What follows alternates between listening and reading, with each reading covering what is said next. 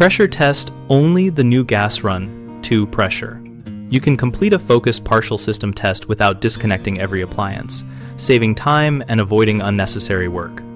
When running a new gas line in an existing building, perform a segmented pressure test on the new branch at the appropriate test pressure and duration per the applicable code, isolating the new section with a capped stub or test valve while leaving downstream service appliances connected.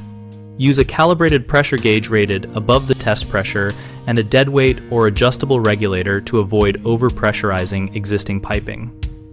Purge the new line of air and moisture, then pressurize with inert gas or air to the specified test pressure, commonly the larger of the system's design pressure or local code test pressure, and monitor for decay for the full minimum time.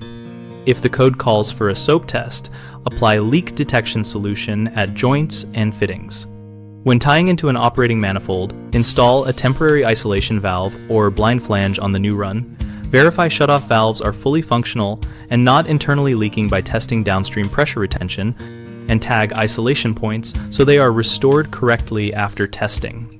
Document test start and end pressures, ambient temperature, and gauge calibration, because temperature and gauge accuracy affect pressure readings. If pressure drops, perform systematic sectional testing, starting from the new branch toward the tie-in to localize the leak. Always follow manufacturer instructions for appliance providers. If any appliance has sensitive controls that could be affected by pressure fluctuations. If in doubt, temporarily shut off only the appliance immediately adjacent to the tie-in. Securely vent and purge test media per code. Do not introduce flammable gas for testing, and notify building occupants where required. Maintain clear records and photographic evidence of isolation, test setup, and results to satisfy inspectors and to support warranty or liability questions. One of the most common mistakes is testing the entire existing system with high test pressure, which causes failed appliance regulators or leaks.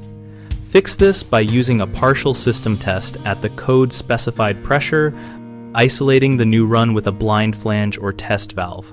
One of the next frequent errors is relying on uncalibrated gauges and short test durations, producing false negatives. Fix this by using a calibrated gauge rated above the test pressure, recording start and end pressures, and holding the test for the full required time. One of the other typical issues is not properly purging or venting test air and leaving moisture in the line, which can corrode fittings and cause later leaks. Fix this by thoroughly drying and purging the new run with inert gas or dry air, and confirm no residual moisture before final connection. BigHomeProjects.com lists vetted local gas fitters and plumbers who follow code-compliant pressure testing practices and helps homeowners find trusted contractors for adding new gas lines. The directory also lets contractors get discovered by homeowners searching for reliable gas line installation and partial system testing services.